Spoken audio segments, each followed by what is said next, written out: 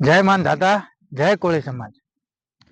સાથે તમામ મિત્રોને જણાવવાનું કે આજથી 8 દિવસ પહેલા વિછિયાના થોરિયાળી ગામે ઘનશ્યામભાઈ નામના વ્યક્તિ એટલે કે કોળી સમાજના લગભગ 20 થી 25 વર્ષના યુવાનનું અસામાજિક તત્વો દ્વારા બે રહેમાંથી મર્ડર કરી દેવામાં આવ્યું છે, જેની અંદર કોળી સમાજના હજારો યુવાનો પોલીસ સ્ટેશનનો ઘેરાવો કર્યો.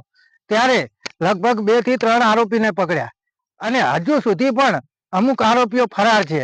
તો આજ દિવસ સુધી આ કોળી સમાજના પરિવારને, ઘનશ્યામભાઈના પરિવારને આજ દિવસ સુધી ન્યાય મળેલો નથી. માટે શ્રી નળકાંઠા કોળી યુવા સંગઠન આવતી તારીખ 13/1/2025 ને સોમવારના રોજ સવારે 11 વાગે વિછિયા તાલુકાના ગામોમાં જઈ અને ન્યાય માટે જવાની છે. તો આવો સૌ સાથે મળી ઘનશ્યામભાઈના પરિવારને ન્યાય અપાવવા માટે મહેનત કરીએ. અને આ મિત્રો, જે પણ કોળી સમાજના યુવાનો પોલીસ સ્ટેશનની અંદર ઘેરાવ કર્યો હતો, તો પોલીસના લોકોએ હજારો યુવાનો ઉપર ખોટો કેસ કરી અને જેલના હવાલે કર્યા છે.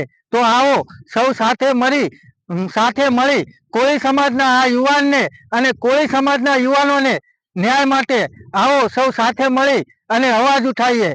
તો આ સમગ્ર ઘટના વિશે આજ દિવસ સુધી કોળી સમાજના કે ઠાકોર સમાજના ધારાસભ્યો જે સંસદની અંદર બેઠા છે, તે આજ દિવસ સુધી કેમ એક અવાજ પણ ઉચ્ચારી નથી શકતા? શું એમના આકાઓની એમને બીક લાગે છે? કેમ એ સમાજના હઈ અને એ સમાજને હઈ અને ધારાસભ્ય બનેલા છે, છતાં પણ સમાજના લોકો સાથે અત્યાચાર થાય તો કેમ એ અવાજ નથી ઉઠાવતા? શું માત્ર એમને ભાજપ સરકારે આંગળી ઊંચી કરવા રાખેલા છે? તો આવા નમાયેલા ધારાસભ્યો કરતા આપણે પોતે જાગૃત થઈ અને આ ઘનશ્યામભાઈના પરિવારને ન્યાય અપાઈએ.